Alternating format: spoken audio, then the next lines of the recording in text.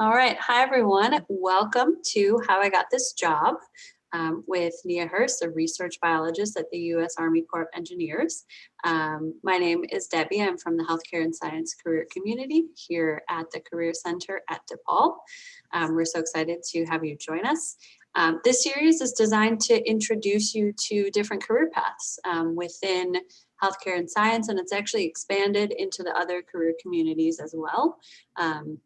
So check out Handshake for more How I Got This Job events in other fields. We are super grateful to Nia for talking with us today and sharing her experience. We actually found her through ASK, the Alumni Sharing Knowledge Network, which is something that you all have access to as current students. It's DePaul specific. It's a DePaul specific alumni network, kind of like LinkedIn meets Facebook. You can sign up for free and connect with different alums, and all the alumni who are on the network are there voluntarily and because they want to help current students have career conversations. So we recommend that you set up a profile today and get started. And I'm going to turn it over to Betsy. Perfect. Thanks, Debbie. And hi, everyone. Good afternoon. My name is Betsy Cahill, and I'm the Career Community Advisor for Healthcare and Science at the Career Center. And I just wanted to quickly share some services and resources that are available to you as both students and alums at DePaul. So I'm going to come over to the Career Center's website and just quickly wanted to highlight some of our advising services. So we have a few different ways that you can connect with members of our team with career-related questions. The first is through our virtual office and drop-in coaching with our peer career coaches. And so that's a really great option if you have any quick questions, want some feedback on a resume or cover letter, you can connect with them by visiting our virtual office, and there's no appointment necessary. We also have a resume and cover letter review service. So if you have documents drafted and you're just interested in some written feedback, you can submit your documents through this form on our website, and a member of our team will review them and get back to you with some written feedback. And then we also offer one-on-one career advising appointments with members of our advising team through Zoom and video conferencing, as well as through the phone. So that's a really great option if you want to, get some really in-depth and tailored advice and insight and chat based on where you are in your career development process. So you can schedule one-on-one appointments with me, as well as my colleague Sabrina Salvador, who's here as well. And we would love to have the opportunity to connect with you. Couple of other resources I wanted to share. So one is our career library. And this is a really fantastic online library of over 50 handouts, videos, and blog articles about a really wide range of career-related topics that you can see here as I scroll through. And I'll just quickly show you one of these handouts. This is probably one of our most popular handouts about writing your resume. So you can see there's a sample resume, some tips about how to craft your document. So the career library is a really fantastic go-to if you have questions. And then I also wanted to share that we also have a page with COVID-19 career resources that offer really timely and tailored guidance to searching for opportunities, ways to gain experience at this particular moment. So that includes lists of companies and organizations that are currently hiring, information and tips about finding jobs and internships and other career experiences, ways to build and develop your skills, remote work, and more. So I would definitely encourage you to check that out. We also offer a number of career-related events, such as this great event that we're attending today. And I just wanted to highlight a couple of other upcoming events that we thought might be of interest to you. So the first is an event that is actually coming up really soon, this coming Tuesday, February 2nd, our Summer Internship Fest. And this is going to be about all things related to summer internships in terms of tips and strategies about how to find internships. There will be panels with employers and students talking about internship opportunities and experiences that they've had. So we would definitely encourage you to check that out. We also have a really fun event coming up on February 9th with our healthcare and science team. It's going to be a Kahoot trivia night. It'll be really fun. We'll be offering prizes, so would encourage you to join us for that. It'll be a really fun, low-key event. And then I also wanted to highlight that our winter career fair is coming up on February 24th. So if you are in the process of looking for internships or jobs, this is going to be a really fantastic way to connect in a virtual setting with various employers and companies about potential opportunities. And then finally, I wanted to share that one of the best ways to stay in contact with the healthcare and science career community is by joining our career community through this short online form. You can also join any of our other career communities depending on your interests. And by joining, you will get subscribed to our newsletter that is sent every other week. And that's a really fantastic way to get tailored information delivered directly to your inbox, including information about upcoming events, specific resources, and job and internship postings. So I'll put a link to this in the chat as well. And with that, I'm going to turn things over to my colleague, Sabrina. Thanks, Betsy. I am here to introduce our speaker for this event, How I Got This Job. Her name is Nia Hurst. She is actually a DePaul alum from the class of 2014. She graduated with a degree in environmental sciences, and she will be talking about her educational story, as well as her career journey to her current position now as a research biologist with the U.S. Army Corps of Engineers. And if any of you have any questions throughout her presentation, we will have a Q&A session at the end, or you can feel free to unmute yourself or put your questions in the chat. If you would like to ask them anonymously, please feel free to message me, Debbie, or Betsy privately, and we'll definitely make sure that your question is heard and answered. And now the floor will be turned over to Nia. Thank you so much. Thank you. Thank you so much. I love that this is still available, virtually, and that these things are still happening, amidst this pandemic. So I'm very, very excited to be here. Today has been interesting. I had a presentation planned visually for you guys, but technology is not on my side today. But we'll still talk about sort of what I do currently, how I got here, and basically, how I do what I do. So I am a research biologist with the Army Corps of Engineers. I work with the research arm for the Corps of Engineers. So the Army Corps, we have districts all across the US, but there are certain ones of us that are dedicated researchers and dedicated scientists that do all of the research focus of the Army Corps. And so we'll talk about that a little bit about that later. I definitely didn't know that this job was available when I was looking for jobs, or what this job actually meant or entailed. And so, yeah, I'm here to share that with all of you. So I did my undergrad at DePaul from 2010 to 2014. I majored in environmental science. I had a minor in community service studies, and then I had a focus in biology when I studied environmental science. I'm originally from New Orleans, and so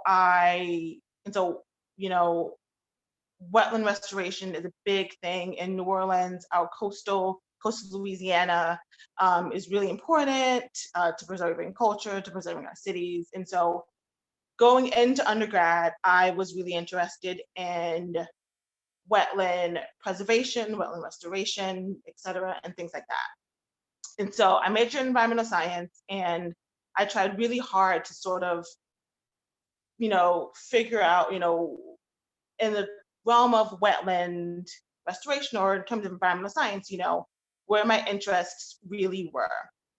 And so while I was at DePaul in the environmental science program, there is a class called Research Methods. And this class is essentially where, I mean, of course, you learn about research methods, but they have about 5 or 6 professors come in, and they sort of walk you through their research, what they do, what they are interested in, to give you a feel for what's available, to study within the department at DePaul. And so about 5 or 6 professors came and talked to our class. And one of the professors was new to DePaul. She was a wetland botanist, but she also worked in wetland soils and things like that. And so what she did was really interesting to me. And so after the class, I emailed her to sort of get an idea of,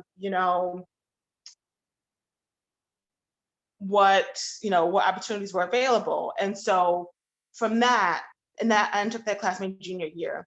And that sort of, catalyzed the rest of my time at DePaul.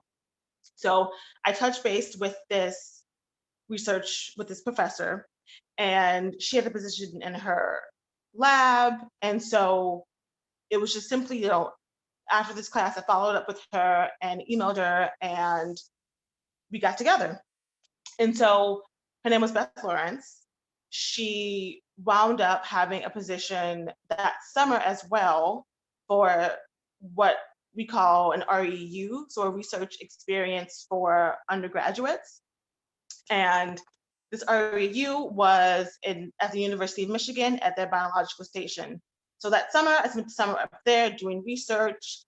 I looked at carbon storage in Great Lakes coastal wetlands.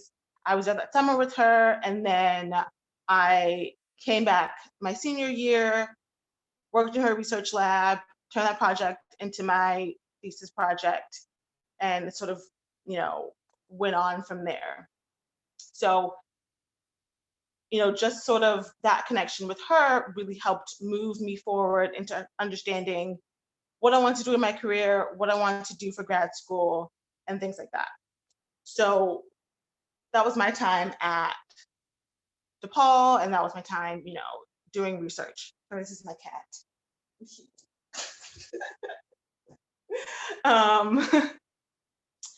So then, I was interested in going to grad school because generally, oftentimes in science, a lot of folks do go to grad school, and I thought it'd be a really good idea because I was interested in research. And so I joined the McNair program at DePaul. And I'm not sure if, folks know about the McNair program, but, it is for first gen, let me get this right. It's for first gen and minority students to help them get into and succeed in grad school. And so in the McNair program, I joined my junior year. So in the McNair program, we, it's fairly intense, but it's a really good time. You take a class with your cohort every week. They prep you, they help you study for the GRE. They help you pay for the GRE. They help you, visit these colleges and schools. They help you determine, where you think you want to go for grad school. And so in the McNair program, I researched professors that I was interested in for grad school, and then I began emailing them. So once you sort of figure out, what you think you may want to study, there are a couple of things. So when I was looking at grad schools, I was looking at funding, I was looking at research compatibility, and I was looking at advisor compatibility, which wound up being really important. And so, I emailed professors, I talked to them. They had open house sessions. Paul had some open house sessions for grad school, which I highly recommend. that you go to if you're interested in the schools that come. If you can visit schools, visit schools. But anyway, I did all those things, and I wound up applying to 3 grad schools, and I wound up choosing Louisiana State University. And I chose that school because they had the best research program for what I was interested in, which was coastal sciences, wetland sciences. And my advisor and I really hit it off. And so the advisor piece was really important, especially down the line in my career.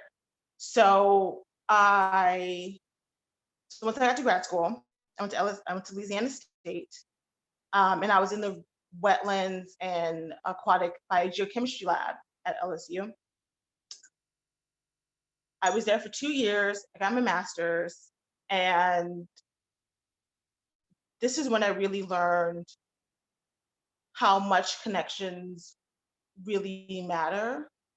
And so in grad school, I studied wetland sciences and wetland restoration. And then when I finished, my advisor, he was like, well, now we have to help you find a job. And the connections I made in grad school really led me throughout the rest of my career. So once I finished, I sort of took about 2 months off, took a break, and then a woman who was in my lab previously, she had a position open in her lab. She was a professor now at the University of Central Florida, and she had an opening in her lab for a research assistant. And pretty much within her circle, within her web of people, she asked if they knew anyone that was available. And I was available. So my advisor recommended me to this person, and then we sort of moved on from there. And so this woman, I had met her at a conference once before. We had a very casual relationship prior to this. But essentially, it was my advisor connecting me with her to get this position. So the job was never advertised, but it was very much within, the circle of people that I knew in grad school, especially my advisor. Of course, I had to interview, as always, but it was definitely from those connections that I made. So while at UCF, at the University of Central Florida, I was a lab manager and a research assistant. In that job, I studied oyster reef restoration. I studied the impacts of Hurricane Irma on mangrove forests. I looked at coastal erosion in Louisiana, lots of things like that. I had a really, really good time. I was there for 2 years. And the thing about working in academia, which I loved, but my job was grant-based, which meant that at some point it ended when the grant ends. And so that job was 2 years long. The grant ended. And then I was looking for another position. And what happened again was that someone was at my boss currently, once again, he reached out to his circle of people and said, I'm looking for someone that has, research experience. I'm looking for someone to join my team. And once again, my advisor, said, well, Nia is just finishing up this job. Consider her. And so once again, it was very much within the circle of in your networking circle. So once again, it was in my networking circle. And so the job I have currently as a research biologist with the Army Corps came from that same situation.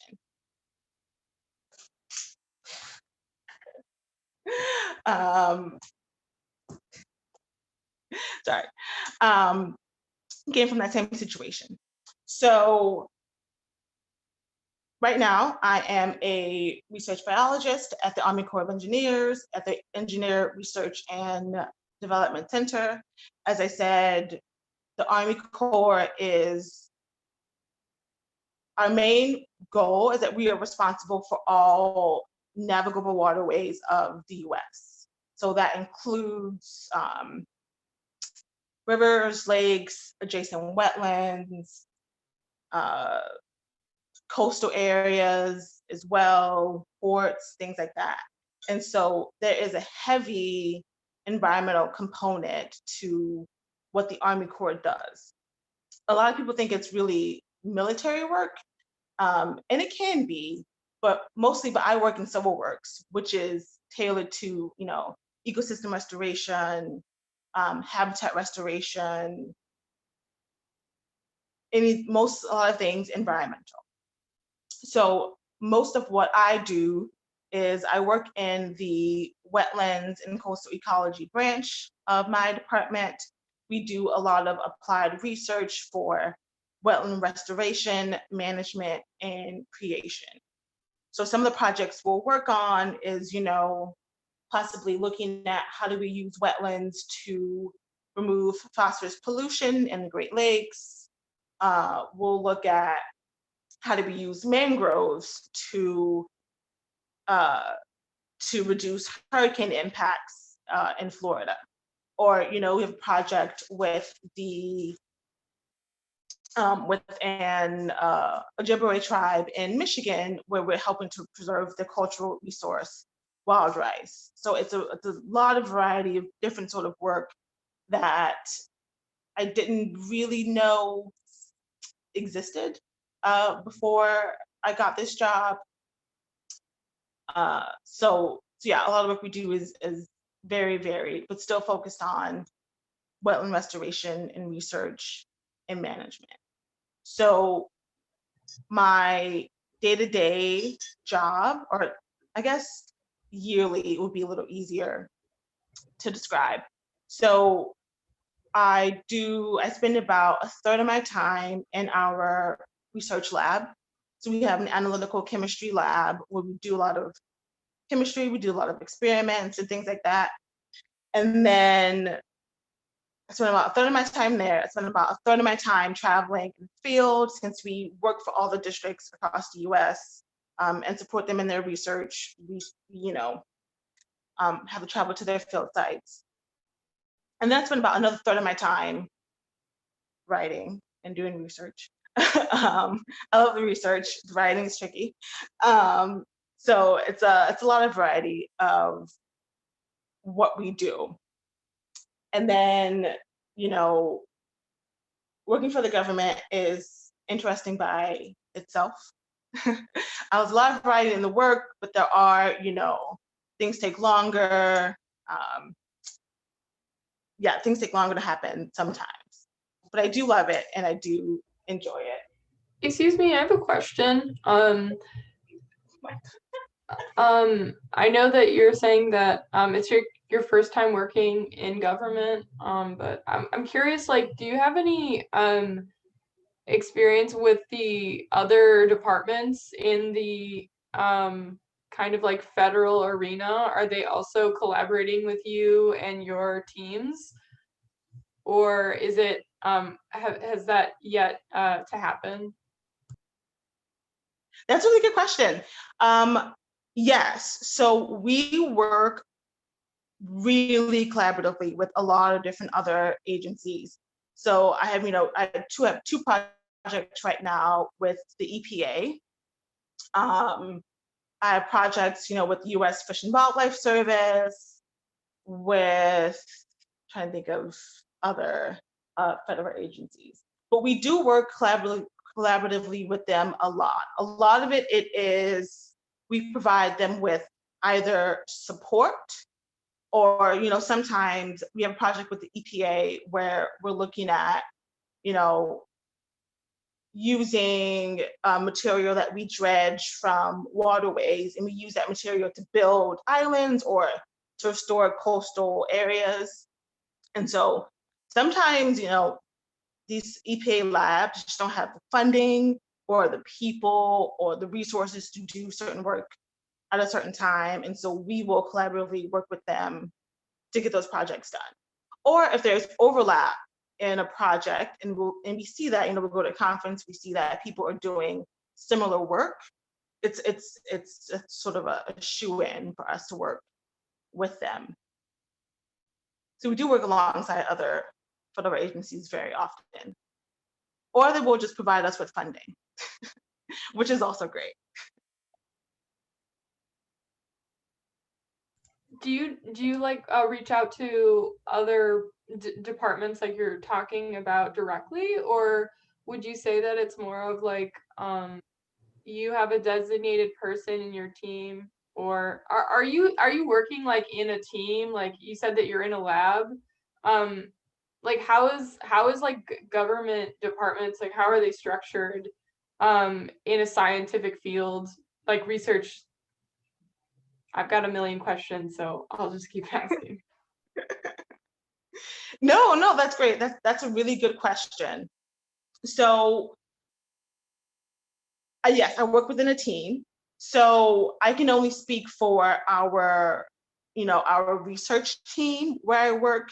The Army Corps, all of our districts are much more like there's a Chicago district, there's a St. Louis district. They are much more regulatory work, less research so much, but they still have a lot of PhDs and research folks on their staff. But they are much more regulatory work in that sense. So they're structured somewhat differently. But where I work, we have 7 labs. 4 are where I live right now, which is in Vicksburg, Mississippi. We actually have 1 lab in Champaign and in Illinois, and then 2 elsewhere in the US. So within my lab, we have divisions, but then within those divisions, crazy hierarchies, we have teams. So my team, we're the wetlands team, and there's 10 of us on this team. And in this team, I am a research biologist with a focus in wetland biogeochemistry. We have a botanist on our team, we have a forester on our team, we have an environmental engineer on our team, we have soil scientists on our team, but we all work in wetlands.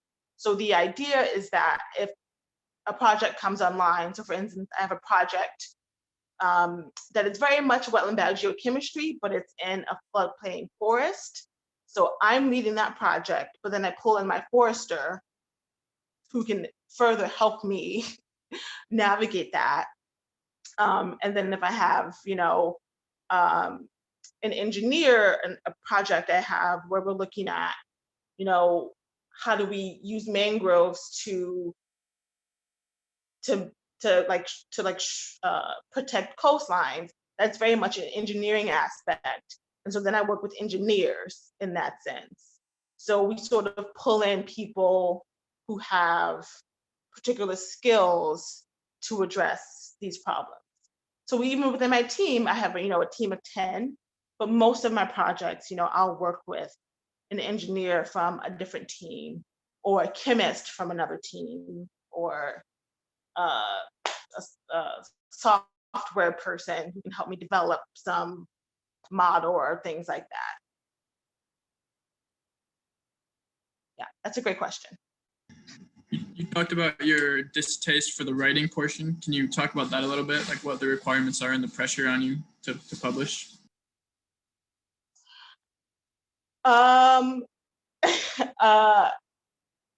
Yes.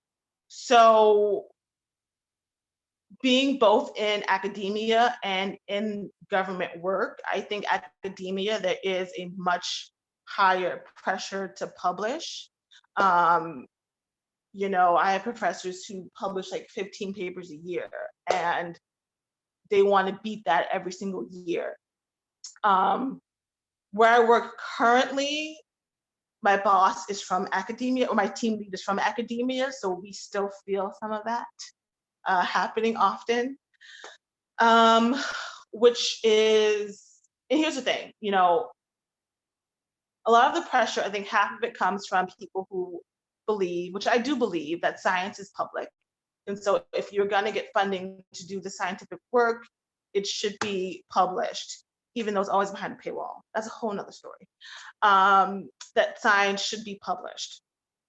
But, you know, I do think that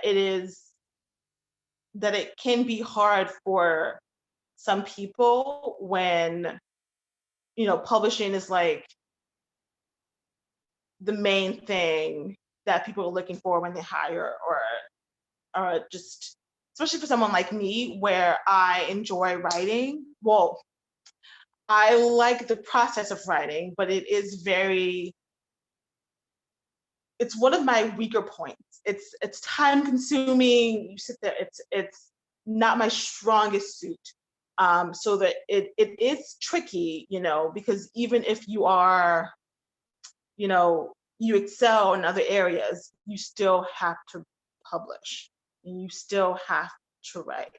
Now, I will say, government, my team is a little bit different because we're led by academics, but government work, they tend to care a lot less about publishing, because our work is applied research. So basically, a district has an issue, they have a question, that needs to be answered. We answer it, we solve it, we write up a short tech note, and we move on. Our team, we publish because, you know, we have academic backgrounds, but a lot of government work, they don't care as much about that. Especially if you do regulatory work, especially if you work at a district, they care a lot less. They just care that you do good work. Thank you. That's good to know.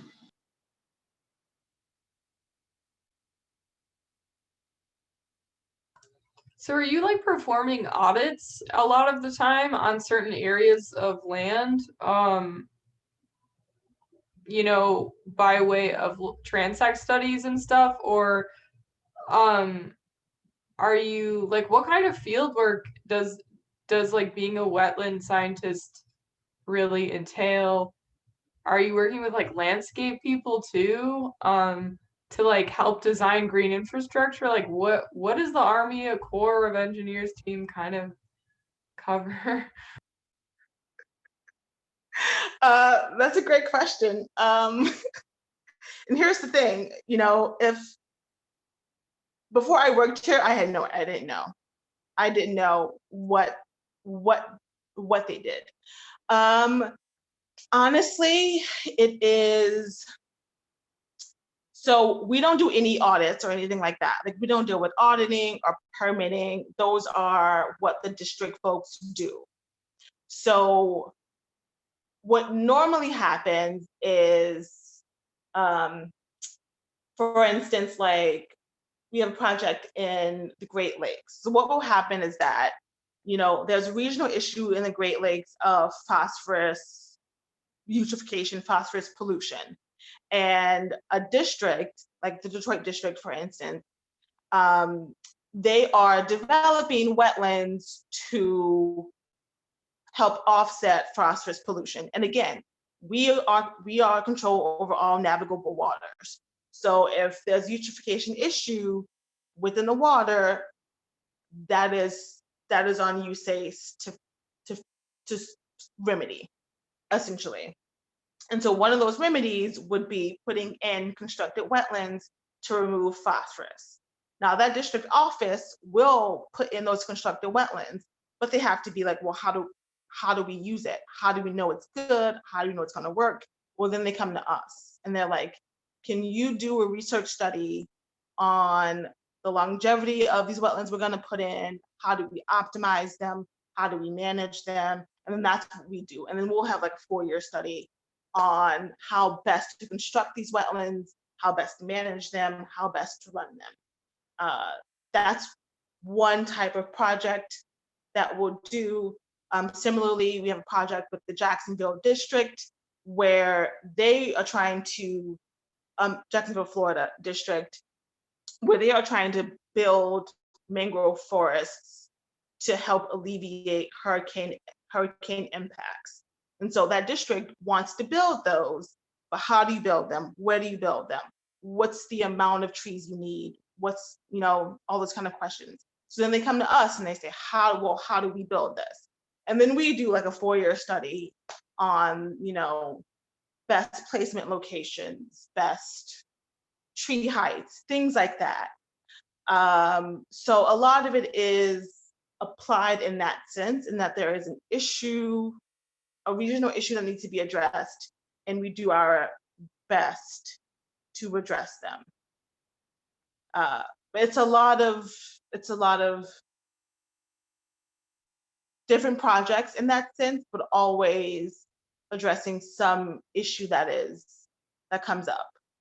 There's not as much basic research, just sort of research that you do for the sake of knowledge, which I enjoy. I did a lot of that in academia, but ours is much more of an applied approach. Thanks again. Yes, thank you. These are great questions. And I would just like to reiterate that, I'm a research biologist, but, we work with, engineers, like actual engineers, like civil engineers, chemical engineers, environmental engineers, of course, because it's Army Corps of Engineers.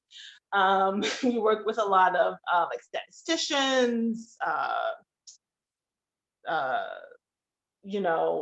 computer folks, things like that. So there's a lot of people to build out a team with, a lot of opportunities for a lot of different types of scientists. I don't know any type of scientist that we don't have. Our botanist on our team is a different kind of scientist that we work with. Really fantastic question so far. We have time for more, but I was curious if you could talk a little bit about the federal hiring process. Yes. So, yes. I think it is, I think if you, unfortunately, I think it's a difficult process from the outside. So, before I was hired for my position, I applied to federal jobs. So I know the overall process of, usajobs.gov or something like that. It is a very lengthy process. And there are a couple things that make it tricky. So one is that, within my job, we have direct hiring authority, which means like with my position, it was not, like my job was advertised, but after they had already sort of hired me. The idea is that they have direct hiring authority, they can hire whoever they want, but they still have to advertise for the job because like veterans still take priority. Previous workers for the federal government still take priority. So there are a couple things that make it difficult applying from the outside. One is that a lot of times jobs are posted when they already have someone in mind, and they have to post just for legal reasons, which can be really frustrating. Two, for instance, if I were to leave the Army Corps after 3 years and I came back, I would have preferential hire. Actually, I think it's anywhere within the federal government. So if you and I went up for the same job in the EPA and we had the same qualifications, I would get the job because I have now preferential. I have preference because I was already in the system before. So it's really difficult coming from the outside in. A lot of people on my team were hired within people we already knew. So essentially what happens is, even right now, we have jobs that we're hiring, And a lot of the times we will post it, but we'll be on team meetings and team calls. And, you know, my team lead is like, well, who do you know that just graduated? Or who do you know from grad school? Or who do you know that would be interested? So we do advertise, but a lot of it is word of mouth, and who you know. And so the best way to do it, which I understand is frustrating, is that if you do know someone, what happens is we'll get a list of applications. You say, oh, I know this person who was applying, she's really good. They'll pull your name out of that pile and then sort of, you know, move you up. So, and I know people say it all the time. It's always about who you know, but it is very true. But I also understand how absolutely frustrating it is, which is why, you know, I've told Debbie before, is that why I really try to open up my network. And so when we're hiring for things, I think of undergrads I worked with in previous labs, or grad students I work with who are now looking for jobs, or just, you know, people that I know, because I know how, for lack of a better word, incestuous it can be, you know? I mean, within my team right now, there's 10 of us, and 4 of us came from Louisiana State. 3 came from the same lab, you know? Yeah. So very much about who you know. And I think the federal hiring process is tough. It's tough. It's just especially the way that it works and the way they have to advertise, even if they already have someone, which just gives people false hope.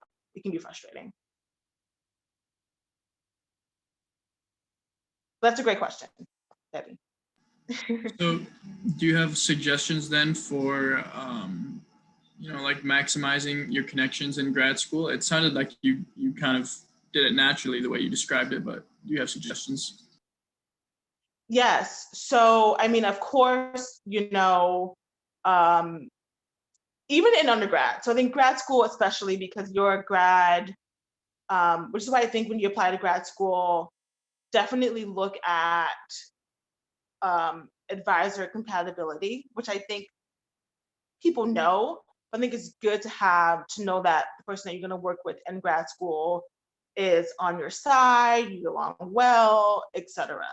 Because I can say now, if he hadn't recommended me for my jobs, I don't know. I'd be in a different position, of course. But not just that, right? But just like, you know, like I was a lab manager and RA in my previous job, and I wasn't the professor, but I still talk to the undergrads in that lab. I still write them letters of recommendation. I still connect them with other people. So I think it's about, you know, connecting with your advisor and expressing your interest in what you want to do, connecting with other grad students, because they're going to go on, they're going to do stuff too, and they're going to be in other places where they can help you.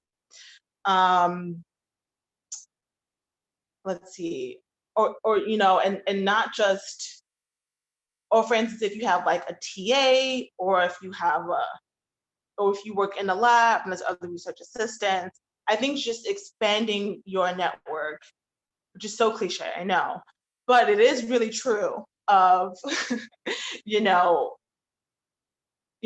connecting with people and letting them know what you're interested in.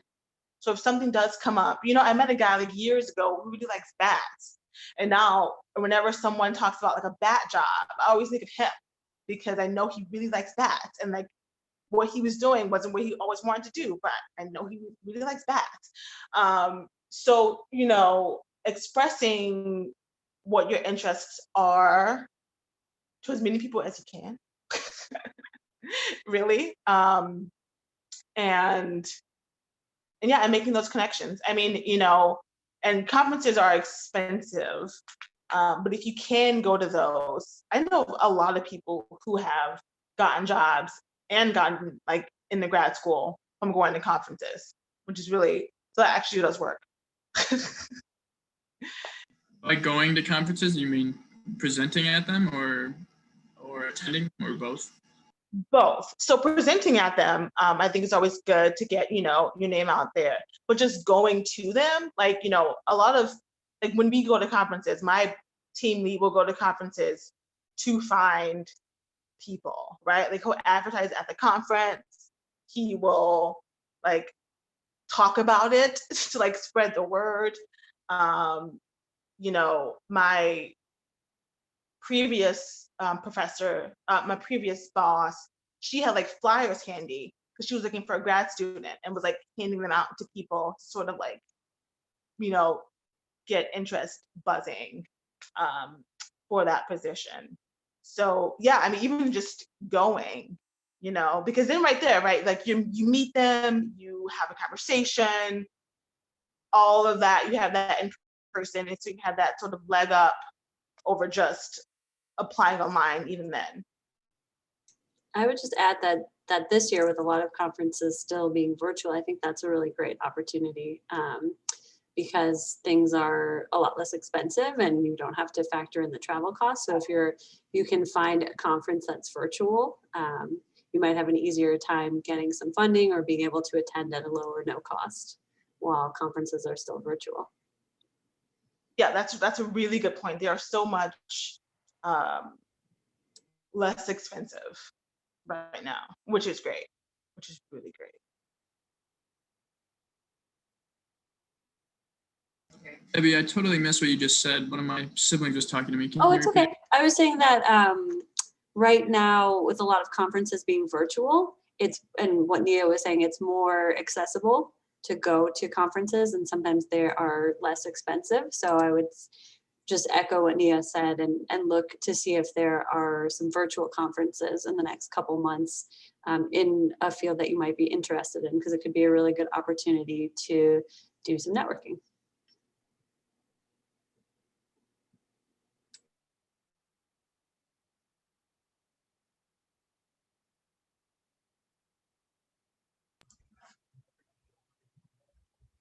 What would you say to like treating conferences then sort of like a professional opportunity? Like, would you suggest to bring like a general resume or something geared towards similar themes, or is that like too formal if they're in person, like when things start opening up a little bit more practically?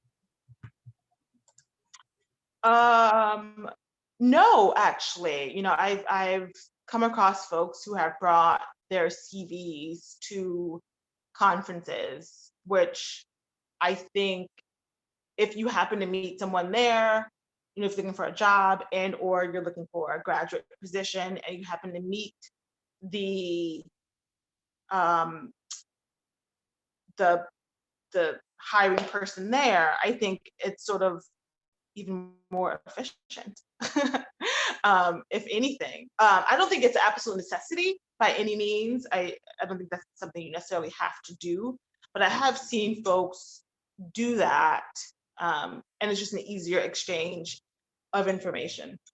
I think what I would do is, be prepared to definitely be prepared to discuss your interests. Come up, be ready with,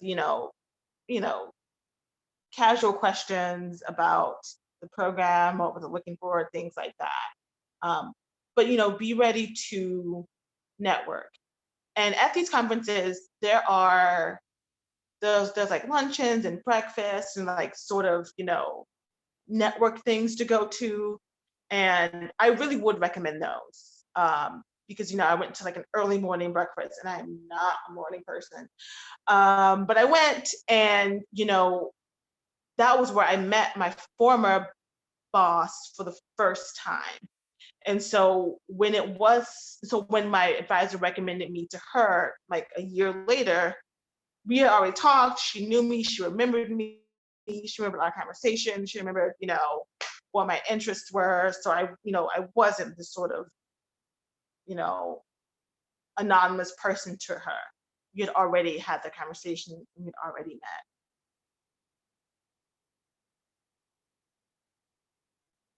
Good question. You get some really good questions.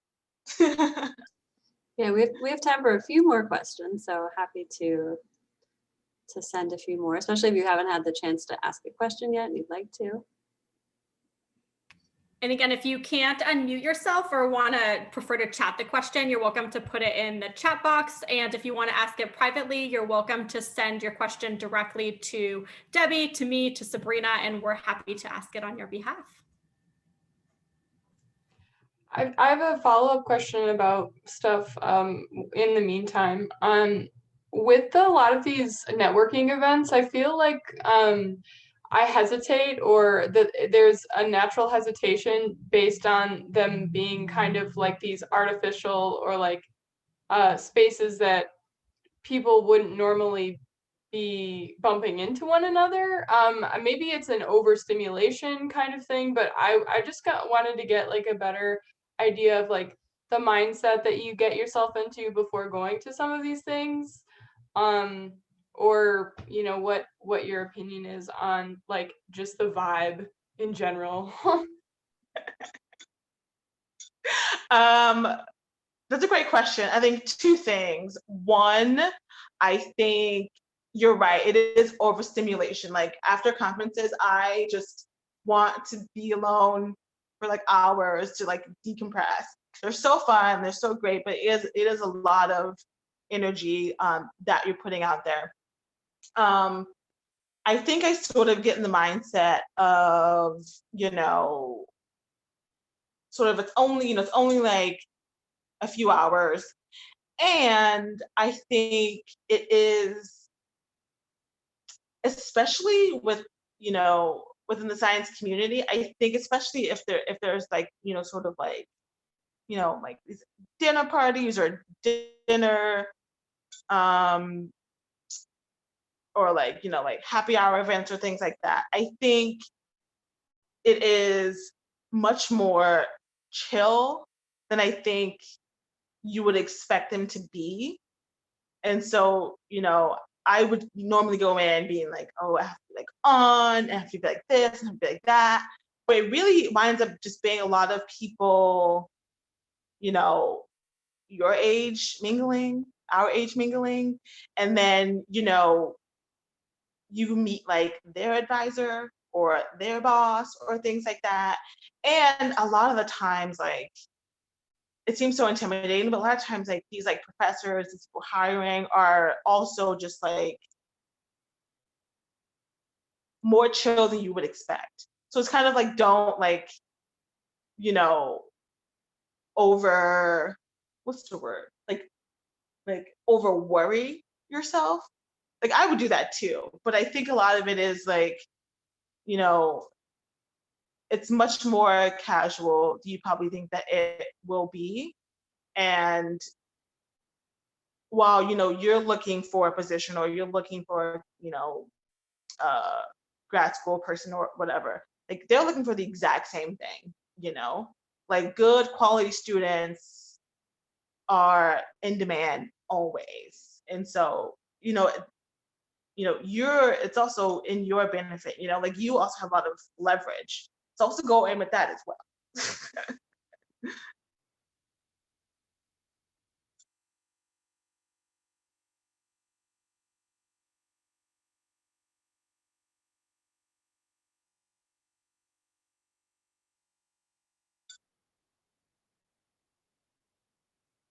Any That other, could be yeah, to say any other questions?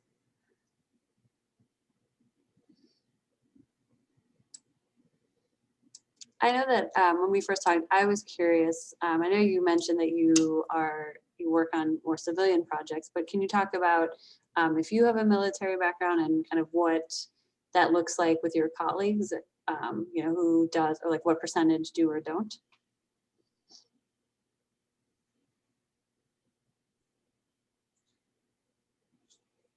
Yeah. Well, actually, can you repeat that last part?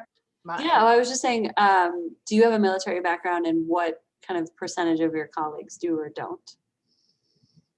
Oh, it's a great question. I would say the with the research that we do and within our labs, I would say, oh boy, I would say, so none of the team, my immediate team members, so team of 10, none of us have military background. I would say, in all of, my company, my program, maybe like 20%. And so we do have,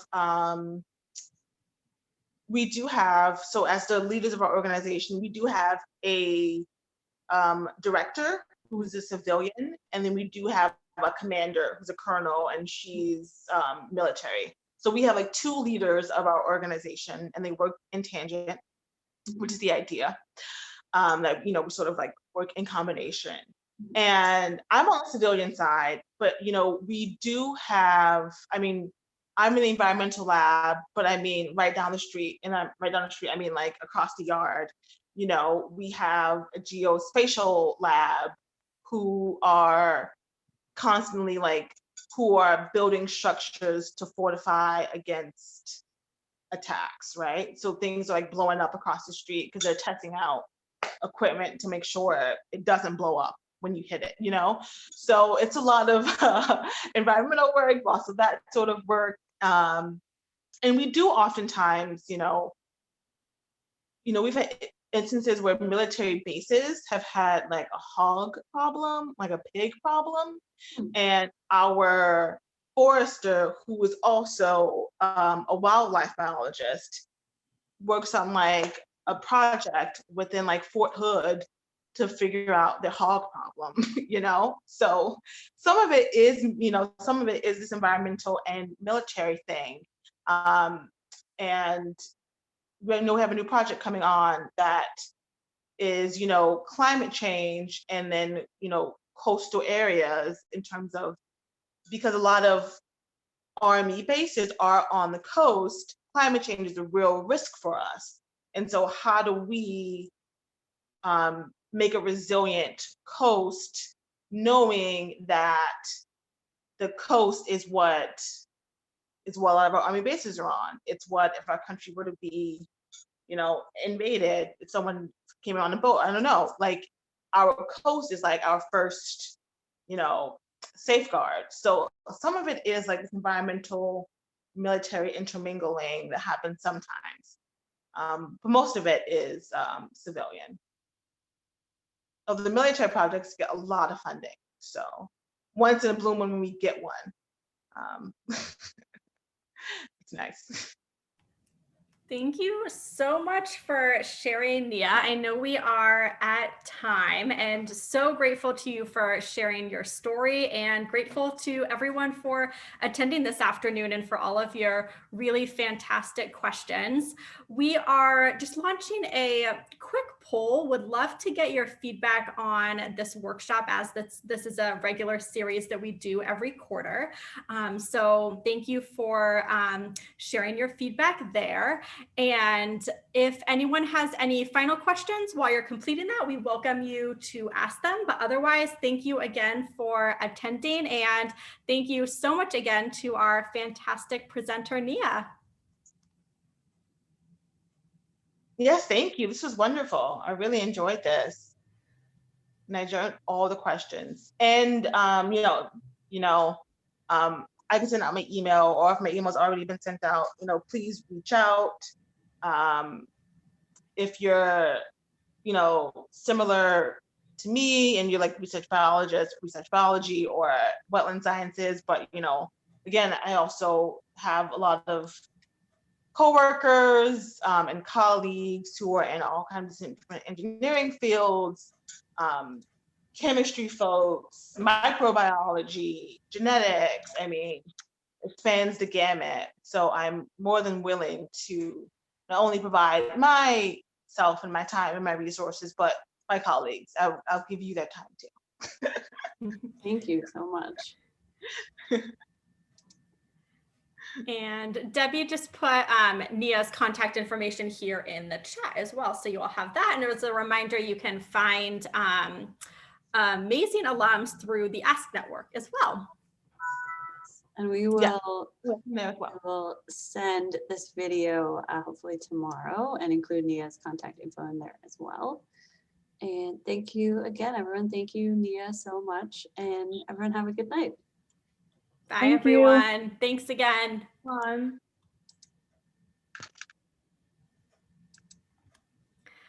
That was great, Nia.